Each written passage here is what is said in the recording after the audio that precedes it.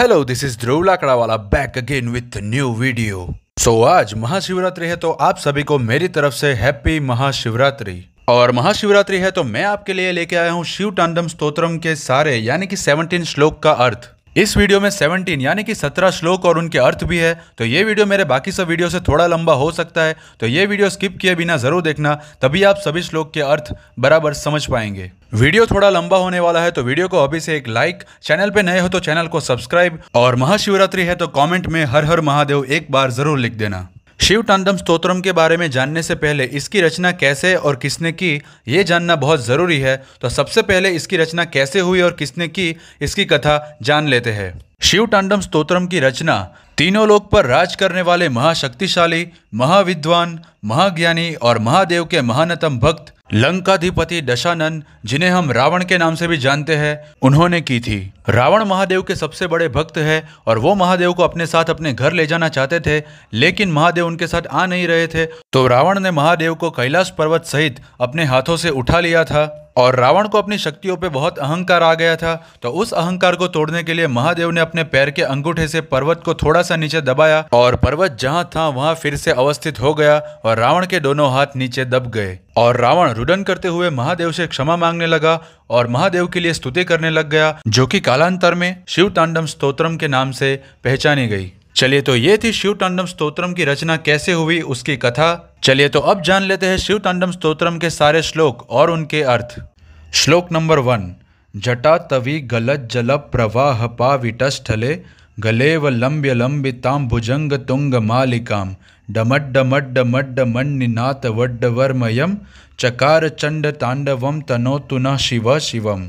जटा टवी, जटा यानी कि बालों का समूह, अटवी यानी कि वन, गल यानी कि कंठ गला, जल यानी कि जल पानी, प्रवाह यानी कि जल का प्रवाह, पावितस्थले यानी कि पवित्र स्थल पावन स्थल, गलेव यानी कि कंठ गला, अवलंब्य अवलंबन करना यानी कि अपनाना, लंबिताम लंबिताम यानी कि सहारा लेना यानी कि किसी चीज़ का सपोर्ट लेके लटकना, भुजंग यानी कि सर्प सांप, तुंग यानी कि बड़ा विशाल भयंकर या फिर लंबा, मालिकाम यानी कि गले की माला गले का हार, डमट डमट डमट यानी कि डमरू में से जो आवाज़ निकलती है वो, नाद यानी कि आवाज़, वट्ट वर्मयम मरवयम यानी कि एक विशिष्ट प्रकार की आवाज़, चकार चंड तांडवम, चकार यानी कि जो करते हैं जो कर रहे हैं, चंड तांडवम यानी कि प्रचंड तांडव, तांडवम यानी कि महादेव जो तांडव नृत्य करते हैं उसकी बात की है,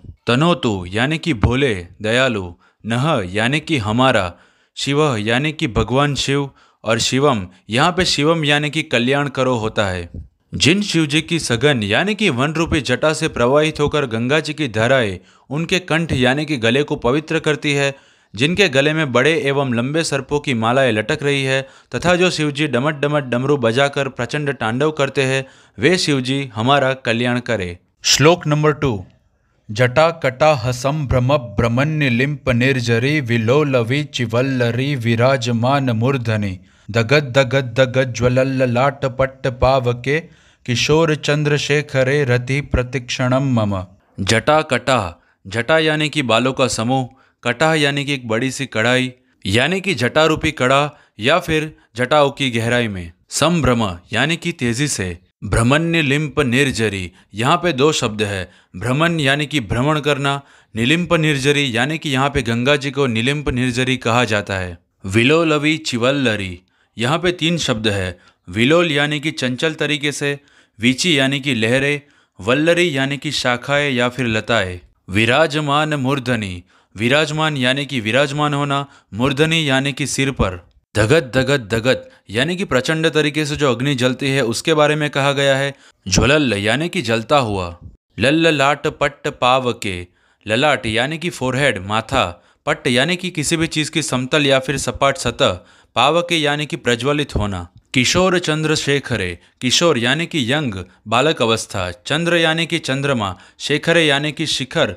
मुकुट की तरह पहनना, रति यानी कि प्रेम, प्रतिक्षणम यानी कि हर क्षण हर पल, मम यानी कि मेरा। जिन शिव जी की जटाओं में अति वेग से और चंचल पूर्वक भ्रमण कर रही देवी गंगा की लहरें उनके शीश पर लहरा रही है, जिनके मस्तक पर अग्नि की प्रचंड ज्वालाएं दगद दगद करके प्रज्वलित हो रही है, और बाल चंद्रमा को आभूषण की तरह सिर पर धारण करने वाले शिव जी के प्रति मेरा प्रेम प्रतिक्षण यानी कि हर क्षण बढ़ता रहे। श्लोक नंबर 3। धराधरेन्द्र नंदिनी विलास बंधु बंधुर स्फुरद्दिगंत संतति प्रमोदमान मानसे कृपा कटाक्ष धोरणी निरुद्ध दुर्धरापदि क्वचिद्विगंबरे मनो विनोद में तु वस्तुनि। धराधरेन्द्र यानी कि पहाड़ के राजा, हिमालय, नंदिनी यानी कि पुत्री, पहाड़ों के राजा की पुत्री यानी कि माता पार्वती, विलास बंधु बंधुर, विलास यानी कि मनोरंजन में, आनंद में, बंधु यानी कि कोई रिश्तेदार, स्वजन, बंधुर यानी कि विलास के समय, मनोरंजन के समय उपयोगी आभूषण, सिंदूर वगैरह। स्फुरद्दिगंत संतति, स्फुरद यानी कि दूर तक फैला हुआ, द्विगंतत यानी कि समस्त दिशाओं में, संतति यानी कि सृष्टि के हर एक प्राणी जो उनके संतान समान है, प्रमोद यानी कि आनंदित रहते हैं, मान यानी कि हर एक मनुष्य, मानसे यानी कि मन, कृपा यानी कि कृपा करना, कटाक्ष यानी कि विशेष दृष्टि, धोरणी यानी कि निरंतर, निरुद्ध दुर्धरापदि, निरुद्ध यानी कि रोका हुआ या फिर बंधन में, दुर्धरा यानी कि अवरोध, आपदि यानी कि आपदा, विपत्ति या फिर आपत्ति, क्वचित यानी कि शायद ही, द्विगंबरे यानी कि आकाश को वस्त्र समान धारण करने वाले, मनो यानी कि मन को, विनोद यानी कि आनंद, मेतु यानी कि मेरे, वस्तुनि यानी कि मिलता है, जो पर्वतराज पुत्री माता पार्वती के विलास और रमणीय कटाक्ष में परम आनंदित रहते हैं, जिनके मस्तक में संपूर्ण सृष्टि तथा प्राणी वास करते हैं, जो अपनी कृपा दृष्टि से किसी भी असाधारण आपत्ति को नियंत्रित करते हैं, ऐसे दिगंबर शिवजी की आराधना से मेरा चित्त यानी कि मन सर्वदा आनंदित रहे। श्लोक नंबर 4। जटा भुजंग पिंगल स्फुरत फणा मणि प्रभा कदम्ब कुंकुमद्रव प्रलिप्त दिग्वधू मुखे मदांध सिंधुरस्फुरत्व गुत्तरीय मेदुरे मनो विनोद मद्भुतम विभर्तु भूत भर्तरी। जटा भुजंग पिंगल, जटा यानी कि बालों का समूह, भुजंग यानी कि सर्प, पिंगल यानी कि भूरापन लिए पीला रंग, स्फुरत फणा मणिप्रभा, स्फुरत यानी कि प्रकाशित, फणा यानी कि सर्प का फन, मणिप्रभा यानी कि मणि से निकलने वाला, कदम्ब कुंकुमद्रव, कदम्ब यानी कि झुंड समूह, कुंकुम यानी कि कुमकुम या फिर केसर लाल रंग का, द्रव यानी कि तरल अथवा गीला पदार्थ, प्रलिप्त दिग्व, प्रलिप्त यानी कि चिपका हुआ या फिर लिपटा हुआ, दिग्वधु यानी कि दिशा का वह रूप जिसमें उसे वधु या सुहागिन स्त्री मानते हैं, दिशा रूपी वधु, दिग्वधु मुखे यानी कि उसका मुख, मदांध सिंदूर, मदांध यानी कि मद में जो अंधा है, नशे में जो अंधा है, सिंदूर यानी कि हाथी अथवा गज, स्फुरत्व गुत्तरीय मेदुरे, स्फुरत का मतलब यहाँ पे हिलता हुआ यानी कि जो हिलता हुआ आ रहा है वो, त्वगत यानी कि त्वचा निर्मित यानी कि चमड़े से बना हुआ, रिय यानी कि सुंदर, मेदुरे यानी कि विभूषित है, मनो विनोद मद्भुतम, मनो यानी कि मन, विनोद मद्भुतम यानी कि भक्ति में आनंद है, विभर्तु भूत भर्तरी यानी कि सभी प्राणियों के कल्याण, आधार एवं रक्षक है, जिनकी जटा में लिपटे हुए सर्पों के फण की मणियों का प्रकाश पीले वर्ण प्रभा समूह रूप केसर के कांति से दिशाओं को प्रकाशित करते हैं, और जो गज चर्म से विभूषित होते हैं, गज चर्म यानी कि हाथी का चमड़ा। मैं उन शिव जी की भक्ति में आनंदित रहूं जो सभी प्राणियों के आधार एवं रक्षक है। श्लोक जैसे जैसे आगे बढ़ रहे हैं वैसे वैसे श्लोक के वर्ड्स भी भारी होते जा रहे हैं, और गूगल पे हर एक वेबसाइट पे हर एक श्लोक का अलग अलग मीनिंग और हर एक वर्ड्स का अलग अलग अर्थ दिखा रहे हैं। तो मैं मेरे हिसाब से जो मुझे परफेक्ट लगता है वही मैं आपको दिखा रहा हूँ। तो अब से मैं जिस वर्ड का मीनिंग नहीं मिल रहा या फिर गलत दिखा रहा है वो मैं आपको नहीं दिखाऊंगा, लेकिन आपको श्लोक पूरी तरह से समझाने की पूरी कोशिश करूंगा। तो चलिए हमारे अगले श्लोक यानी कि 5वें श्लोक की तरफ आगे बढ़ते हैं। श्लोक नंबर 5। सहस्त्रलोचन प्रभुत्य शेख लेख शेखरे प्रसून धूलि धोरणी विधूसरा धृपीठभु भुजंग राजमालया निबद्ध जाट जूटका श्रिये चिराय जायताम चकोर बंधु शेखर। सहस्त्र लोचन यानी कि 1000 नेत्र वाले, सहस्त्र यानी कि 1000, लोचन यानी कि नेत्र, प्रभुत्य यानी कि देवता, इंद्र आदि समस्त देवता यानी कि जिनकी चरण पादुकाएं इंद्र आदि समस्त देवताओं के, शेख लेख शेखरे यानी कि प्रणाम करते समय मस्तकवर्ती, शेखरे यानी कि सिर का ऊपरी भाग, प्रसून धूलि धोरणी, प्रसून यानी कि पुष्प फूल, धूलि यानी कि धूल, धूल के समान, पुष्प रूपी धूल, विधूसराम धृपीठभु यानी कि महादेव जब तांडव कर रहे हैं उससे जो कंपन हो रहा है, इस कंपन की वजह से पुष्प रूपी धूल देवताओं के ऊपर रंजित हो रही है। भुजंग राजमालया यानी कि नागराज की मालाओं से जो सुशोभित है, निबद्ध जात जूतकः यानी कि सांप की मदद से अच्छी तरह से बंधे हुए उनके बाल जिन्हें जटा कहते हैं। श्रिये चिराय जायताम, श्रिय यानी कि लक्ष्मी, चिराय जायताम यानी कि लंबे समय तक हमें लक्ष्मी दे। चकोर बंधु शेखरे यानी कि भगवान चंद्रशेखर, जिन शिवजी के चरण की पुष्प रूपी धूल इंद्र विष्णु आदि देवताओं के मस्तक के ऊपर रंजित है, जिनकी जटाओं में नागराज यानी कि सर्प विराजमान है, वो चंद्रशेखर हमें चिरकाल के लिए संपदा प्रदान करे। श्लोक नंबर 6। ललाट चत्वरज्ज्वल धनंजय स्फुलिंग निपीत पंच सायकम नमन्निलिंप नायकम सुधामयूखले खया विराजमान शेखरम महाकपालि संपदे शिरोजता लमस्तुनः। ललाट यानी कि मस्तक, चत्वर यानी कि चौकोर स्थान जहाँ पे हवन यज्ञ वगैरह कर सकते हैं। ज्वलत धनंजय स्फुलिंगभा, ज्वल यानी कि जलता हुआ, धनंजय यानी कि आग, स्फुलिंगभा यानी कि जो आग जल रही है उसका तेज। निपीत पंच सायकम, निपीत यानी कि पतन जिसका विनाश होने वाला है, पंच सायकम यानी कि 5 तीरों वाला यानी कि कामदेव। नमन निलिंप नायकम, नमन यानी कि नमन करते हैं, निलिंप यानी कि देवता, नायकम यानी कि नायक, निलिंप नायक यानी कि देवताओं के नायक यानी कि यहाँ पे इंद्रदेव की बात की है। सुधा मयूख लेखया, सुधा यानी कि गंगा, मयूख लेखया, मयूख यानी कि किरण, चंद्रमा की किरण।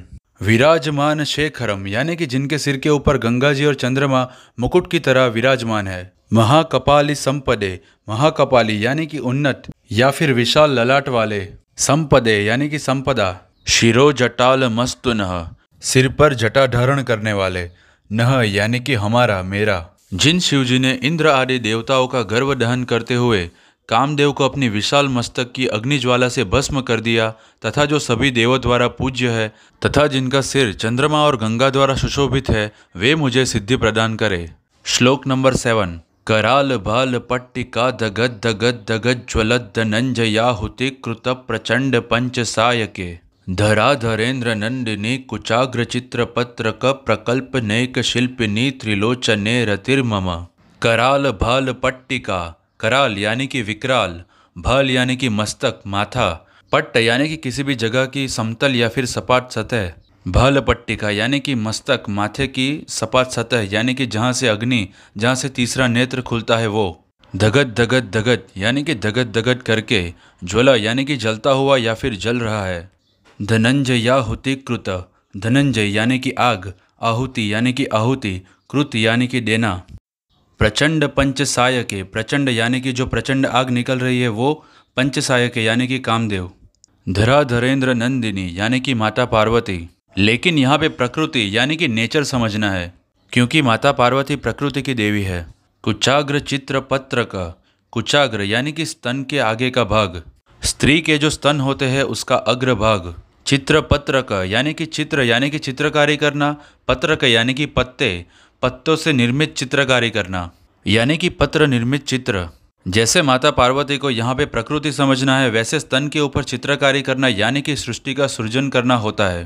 प्रकल्प नेक शिल्पिनी, प्रकल्पना करना यानी कि निर्माण करना, प्रकल्प नेक, नेक यानी कि एकमात्र, शिल्पिनी यानी कि शिल्पकार। त्रिलोचने रतिर्मम, त्रिलोचन, त्रि यानी कि 3 और लोचन यानी कि आँख, 3 नेत्र वाले। रतिर्मम, रति यानी कि प्रेम और मम यानी कि मेरा। जिनके मस्तक से धगद धगद करती प्रचंड ज्वाला ने कामदेव को भस्म कर दिया और जो शिवजी प्रकृति के ऊपर पत्र निर्मित चित्रकारी करने के सक्षम यानी कि एकमात्र शिल्पकार है, उन शिवजी के प्रति मेरा प्रेम अटल रहे। श्लोक नंबर 8। नवीन मेघ मंडली निरुद्ध दुर्धर स्फुरत कुहू निशीथिनी तमः प्रबंध बद्ध कंदर निलिंप निर्जरी धरस्त नोत कृत्य सिंधुर कला निधान बंधुर श्रियम जगत दुरंधर। नवीन मेघ मंडली, नवीन यानी कि नया, मेघ यानी कि बादल, मंडली यानी कि समूह। निरुद्ध दुर्धर स्फुरत, निरुद्ध यानी कि अवरोध, दुर्धर यानी कि जिसे पकड़ना मुश्किल हो, कठिन हो, स्फुरत यानी कि फैलना, अमावस्या की आधी रात के समय फैलते हुए। कुहू निशीथिनी तमः, कुहू यानी कि अमावस्या की रात, निशीथ यानी कि अर्धरात्रि आधी रात, नी तमः, नी यानी कि का और तमः यानी कि अंधेरा। प्रबंधबद्ध यानी कि व्यवस्थित करना यानी कि एक तरीके से परिपूर्ण। कंदर यानी कि मेघ बादल। निलिंप निर्जरी धरस्त नोतु, नीलिम्प निर्जरी यानी कि यहाँ पे फिर से माँ गंगा की बात की है। धर यानी कि धारण करने वाले। तनोतु यानी कि भोले या फिर दयालु। कृत्ति सिंधुरः, कृत्ति यानी कि चर्म चमड़ा। सिंधुरः यानी कि हाथी अथवा गज। कला निधान बंधुरः, कला यानी कि कला। निधान यानी कि आश्रय देना, पहनना, अपनाना। बंधुरः यानी कि सुशोभन की एक चीज, मुकुट। श्रियम यानी कि लक्ष्मी। जगत यानी कि जगत की सारी। धुरंधरः यानी कि महादेव। जिनका कंठ नवीन मेघों की घटाओं से परिपूर्ण अमावस्या की रात्रि के समान काला है, जो कि गज चर्म, गंगा एवं बालचंद्र द्वारा शोभायमान है, तथा जो जगत का बोझ धारण करते हैं, वे शिवजी हमें सभी प्रकार की संपन्नता प्रदान करे। श्लोक नंबर 9। प्रफुल्ल नील पंकज प्रपंच कालिमप्रभावलंबि कंठ कंडली रुचि प्रबद्ध कंधरम। स्मरच्छिदम पुरच्छिदम भवच्छिदम मखच्छिदम। गजच्छिदांध कच्छिदम तमंत कच्छिदम भजे। प्रफुल्ल यानी कि खिला हुआ। नील यानी कि नीला रंग। पंकज यानी कि कमल का फूल। प्रपंच कालिमप्रभा, प्रपंच यानी कि फैला हुआ। काली यानी कि काला, श्याम। प्रभा यानी कि किरण। वलंबी कंठ कंदली, वलंबी यानी कि अवलंबी, अवलंबन करना, अपनाना। कंठ यानी कि गला, कंठ। कंदली यानी कि एक हिरण की प्रजाति। रुचि प्रबद्ध कंधरम, रुचि यानी कि रुचि होना, लगाव होना। प्रबद्ध यानी कि बंधा हुआ या फिर जकड़ा हुआ। कंधरम यानी कि गर्दन या फिर गला। स्मरच्छिदम यानी कि कामदेव का अंत करने वाला। पुरच्छिदम यानी कि त्रिपुरासुर का अंत करने वाला। भवच्छिदम, भव यानी कि दुनिया, संसार। भवच्छिदम यानी कि संसार का संगार करने वाला या फिर संसार के दुखों को काटने वाला। मखच्छिदम यानी कि दक्ष के यज्ञ का विनाश करने वाला। गजच्छिदांध कच्छिदम, गजा यानी कि हाथी, गज। दांध अंध यानी कि अंधेरा। गजासुर और अंधकारसुर का अंत करने वाला। तमंत कच्छिदम यानी कि यमराज का नाश करने वाला या फिर मृत्यु को वश में करने वाला। भजे यानी कि भजता हूँ। जिनका कंठ पूर्ण खिले हुए नील कमल की फैली हुई सुंदर श्याम प्रभा से विभूषित है, जो कामदेव और त्रिपुरासुर के विनाशक, संसार के दुखों को काटने वाले, दक्ष यज्ञ के विनाशक, गजासुर एवं अंधकारसुर के संहारक तथा जो मृत्यु को वश में कर सकते हैं, मैं उन शिवजी को भजता हूँ। श्लोक नंबर 10। अखर्व सर्व मंगला कला कदम्ब मंजरी रसप्रवाह माधुरी वृजुंभणा मधुव्रतम। स्मरांतकम पुरांतकम भवांतकम मखांतकम। गजांत कांद कांतकम तमंत कांतकम भजे। अखर्व सर्व मंगला, अखर्व यानी कि बड़ा। सर्व मंगला यानी कि सबका मंगल करने वाले या फिर सबका कल्याण करने वाले, अविनाशी। कला कदम्ब मंजरी, कला यानी कि कला। कदम्ब यानी कि कदम्ब पुष्प का नाम है। मंजरी यानी कि फूल, पुष्प। रस प्रवाह यानी कि कदम्ब पुष्प का रस प्रवाह। माधुरी यानी कि मधुर। वृजुंगबणा यानी कि खिलना। मधुव्रतम यानी कि भौरा, जो कि मधुर रस को जमा करते हैं, यानी कि जो अभिमान रहित पार्वती माता की कला रूप कदम्ब मंजरी का मकरंद स्रोत यानी कि रस प्रवाह, जो मधुर रस प्रवाह है, उसका पान करने वाले मधुप है। स्मरांतकम पुरांतकम भवांतकम यानी कि कामदेव, त्रिपुरासुर और संसार के दुखों का संहार करने वाले। मखांतकम यानी कि दक्ष यज्ञ के विध्वंसक। गजांत कांत कांधकम यानी कि गज और अंधकार सुर का संहार करने वाले। तमंत कांतकम यानी कि यमराज का संहार करने वाले या फिर मृत्यु को वश में करने वाले, यानी कि यमराज के भी यमराज स्वरूप। भजे यानी कि भजता हूँ, जो कल्याणमयी, अविनाशी, समस्त कलाओं के रस का आस्वादन करते हैं, जो कामदेव, त्रिपुरासुर, गजासुर, अंधकारसुर के संहारक तथा दक्ष यज्ञ के विध्वंसक तथा स्वयं यमराज के भी यमराज स्वरूप, मैं उन शिवजी को भजता हूँ। श्लोक नंबर 11। जयत्वदभ्रविभ्रम भ्रमद्दुजंगमस्वस द्विनिर्गमत्क्रमत् स्फुरत् कराल भाल हव्यवाट। धिमित धिमित धिमित ध्वनन मृदंग तुंग मंगल ध्वनिक्रम प्रवर्तित प्रचंड तांडवः शिव। जयत्वदभ्रविभ्रम, जयत्व यानी कि जय करता हूँ। भ्रम यानी कि भ्रमण करना, लेकिन यहाँ पे विभ्रम है यानी कि वेग के साथ भ्रमण करना। भ्रमद भुजंग मस्वस, भुजंग यानी कि सर्प। स्वस यानी कि श्वास, यानी कि सर्पों का श्वास, यहाँ पे सर्प फुफकार रहे हैं। द्विनिर्गमत क्रम स्फुरत, द्विनिर्ग यानी कि विशेष रूप से निकलता हुआ। क्रम यानी कि लगातार। स्फुरत यानी कि फैलना, विस्तार में फैलना। कराल भाल हव्यवात, कराल यानी कि विकराल, भाल यानी कि माथा, फोरहेड। हव्यवात यानी कि अग्नि, अग्नि देवता। धिमित धिमित धिमित ध्वनन यानी कि धिमित धिमित की ध्वनि के साथ।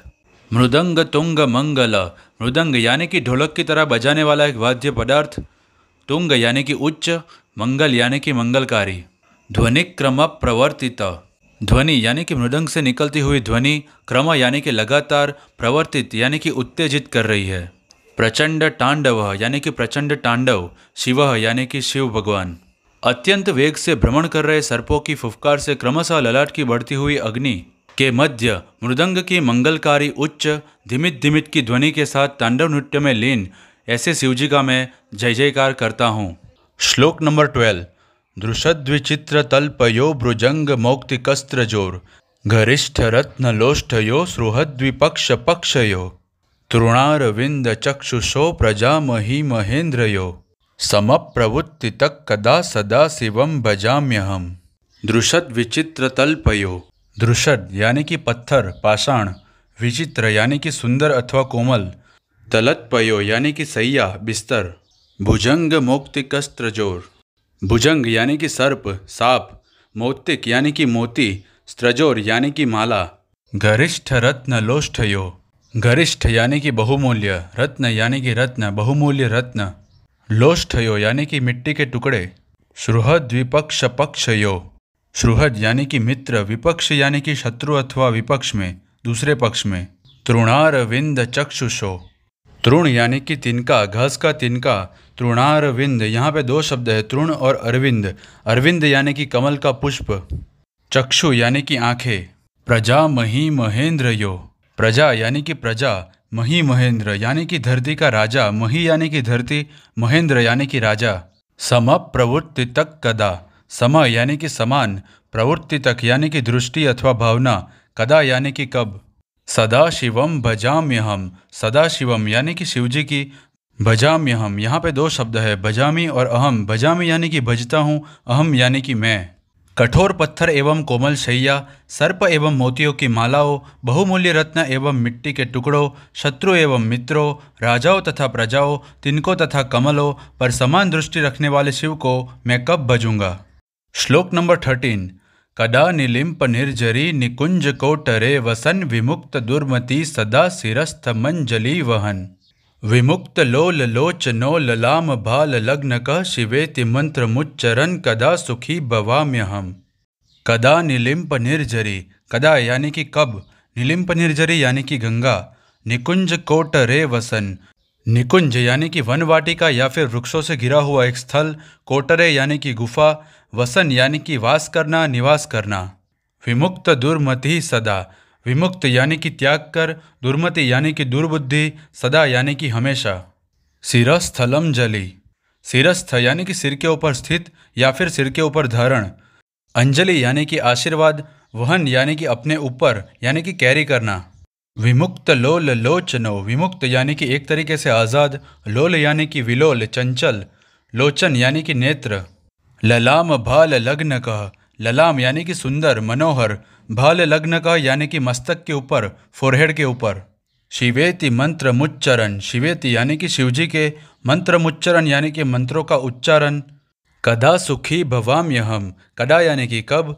सुखी यानी कि सुखी, भवाम्यहम् यानी कि प्राप्त करना, कब मैं गंगा जी के तटवर्ती वृक्ष गुफाओं में निवास करता हुआ निष्कपट होकर सिर पर अंजलि यानी कि आशीर्वाद धारण करके चंचल नेत्रों तथा ललाट वाले शिवजी का मंत्रोच्चारण करते हुए अक्षय सुख को प्राप्त करूंगा। श्लोक नंबर 14। निलिम्प नाथ नागरी कदम्ब मौल मल्लिका निगुम्फ निर्भरक्षरन मधुष्णिका मनोहर तनोतु नो मनो मुदम विनोदिनीं महनिशम परिश्रय परम पदम तदंग जत्विषांचय। निलिम्प नाथ नागरी, निलिम्प यानी कि देवता, नाथ यानी कि पति, नागरी यानी कि स्त्री, देवता जिनके पति है वो स्त्री यानी कि देवांगनाएं। कदम्ब मौल मल्लिका, कदम्ब यानी कि कदम्ब पुष्प, मौल मल्लिका यानी कि गुथी हुई माला, निगुम्फ निर्भरक्षरन, निगुम्फ यानी कि बंधी हुई छोटी वस्तुओं का समूह यानी कि जो छोटी मालाएं बंधी हुई है वो, निर्भरक्षरन यानी कि झड़ते हुए, धूषणिका मनोहर यानी कि सुगंधमयी राग अथवा मनोहर राग, तनोतु नो, तनोतु यानी कि भोले दयालु शिवजी, मनोमुदम यानी कि मन का आनंद प्रसन्नता, विनोदिनीं महनिशम यानी कि परम आनंद से युक्त, परिश्रय परम पदम, परिश्रय यानी कि शरण, परम पदम यानी कि शोभा, तदंग जत्विशाम यानी कि अंगों की सुंदरता, चय यानी कि सर्वदा बढ़ती रहे। देवांगनाओं के सिर में गुथे पुष्प की मालाओं से झड़ते हुए सुगंधमयी राग से मनोहर परम शोभा के धाम महादेव जी के अंगों की सुंदरता से परम आनंद युक्त हमारे मन की प्रसन्नता को सर्वदा बढ़ाती रहे। श्लोक नंबर 15। प्रचंड वादवानल प्रभा शुभ प्रचारिणी महस्त सिद्धि कामिनी जनावहूत जल्पना, विमुक्त वामलोचनो विवाह कालिक ध्वनि शिवेति मंत्रभूषगो जगज्जयाय जायताम। प्रचंड वाडवानल, प्रचंड यानी कि प्रचंड भयंकर, वाडवानल यानी कि समुद्र में लगी आग, प्रभा शुभ प्रचारिणी, प्रभा यानी कि किरण, शुभ यानी कि शुभ मंगलमय, प्रचारिणी यानी कि प्रचार करने वाली, महाष्ट सिद्धि कामिनी, महाष्ट सिद्धि यानी कि अष्ट महासिद्धि, कामिनी यानी कि सुंदर स्त्री, जना वहूत जल्पना, जना यानी कि संसार जन, वहूत यानी कि दुख, जल्पना यानी कि नष्ट करना, नाश करना। विमुक्त वाम लोचनो, विमुक्त यानी कि चंचल, वाम यानी कि वाली, लोचन यानी कि नेत्र, विवाह कालिक ध्वनि, विवाह यानी कि विवाह, लग्न, कालिका यानी कि विवाह काले, लग्न समये, ध्वनि यानी कि मंगल ध्वनि। शिवेति मंत्र भूषगो, शिवेति यानी कि शिवजी के, मंत्र भूषगो यानी कि सब मंत्रों में परम श्रेष्ठ मंत्र, जगत जयाय जायताम, जग यानी कि जग, जयाय यानी कि विजय जीत, जायताम यानी कि पाकर, जीत पाकर। समुद्र में लगी प्रचंड आग की भांति पापों को भस्म करने में स्त्री स्वरूपिणी अणिमादिक अष्ट महासिद्धियों तथा चंचल नेत्रों वाली कन्याओं से शिव विवाह समय गान की मंगल ध्वनि सब मंत्रों में परम श्रेष्ठ शिव मंत्र से पूरित सांसारिक दुखों का नष्ट कर विजय पाती है। श्लोक नंबर 16। इमं हि नित्यमेव मुक्तमुत्तमोत्तमं स्तवं प्रथम स्मरन् ब्रुवन्नरो विशुद्धमेति संततम्, हरे गुरो शुभाक्तिमाशु याति नान्यथा गतिम, विमोहनम हि देहिना सुशंकरस्य चिंतनम। इमं ही, इमं यानी कि इस, ही यानी कि निश्चित रूप से, नित्यमेव मुक्त यानी कि नित्य रूप से करने वाला, मुत्तमोत्तम यानी कि उत्तमो उत्तम, स्तवम यानी कि स्तुति करना, पठन स्मरण ब्रुवन नरो, पठन यानी कि पढ़ना, स्मरण यानी कि याद करना या फिर सुनना, ब्रुवन यानी कि बोलना, नरो यानी कि नर इंसान, विशुद्ध मेति संततम, विशुद्ध यानी कि पवित्र, मेति यानी कि होता है, संततम यानी कि लगातार, हरे गुरु यानी कि परम गुरु, शुभक्ति माशु, शुभक्ति यानी कि महान भक्ति, माशु यानी कि प्राप्त कर लेता है, याति नान्यथा गतिम, याति यानी कि जाना, नान्यथा यानी कि भ्रम, गतिम यानी कि मुक्त हो जाता है, विमोहनम ही देहिना, विमोहनम यानी कि प्रलोभन या फिर मोहित करना, ही यानी कि निश्चित रूप से, देहिना यानी कि प्राणी वर्ग के, सुशंकरस्य चिंतनम, सुशंकरस्य यानी कि शिवजी का, चिंतनम यानी कि भक्तिपूर्वक चिंतन करना। इस उत्तमो उत्तम शिव तांडव स्तोत्रम को नित्य रूप से पढ़ने, सुनने या फिर बोलने मात्र से ही प्राणी पवित्र हो जाता है, वो परम गुरु शिव में स्थापित हो जाता है तथा सभी प्रकार के भ्रमों से मुक्त हो जाता है। वह विरुद्ध गतिकों को प्राप्त नहीं होता क्योंकि शिवजी का भक्तिपूर्वक चिंतन प्राणी वर्ग के मोह का नाश करता है। श्लोक नंबर 17। पूजावसान समये दशवक्र गीतम यह शंभु पूजन परम पठति प्रदोषे, तस्य स्थिराम रथ गजेंद्र तुरंगयुक्ताम लक्ष्मीम सदैव सुमुखीम प्रददाति शंभुः।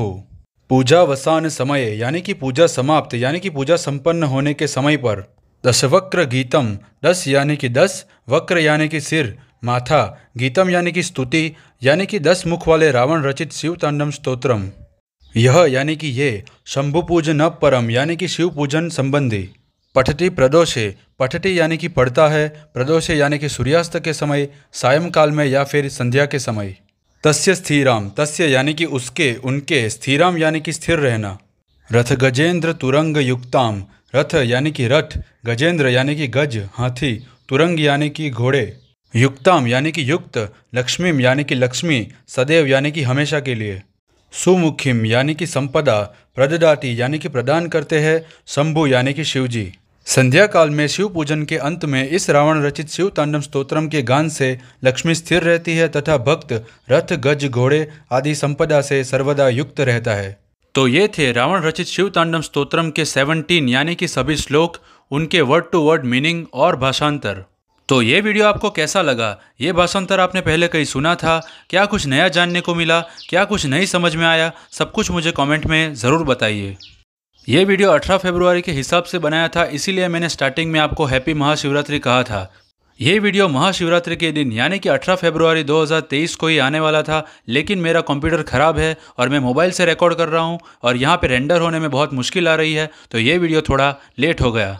ये वीडियो अगर आप यहाँ तक देख रहे हैं तो वीडियो आपको ज़रूर से पसंद आया होगा, तो इसे लाइक ज़रूर से करना, कमेंट में हर हर महादेव लिख देना और जो कुछ नहीं समझ में आया वो भी पूछ सकते हो आप कमेंट में, और चैनल पे नए हो तो चैनल को सब्सक्राइब कर देना और ये वीडियो सभी को शेयर करना ताकि सभी लोग शिव तांडव स्तोत्रम के पूर्ण अर्थ को समझ पाए।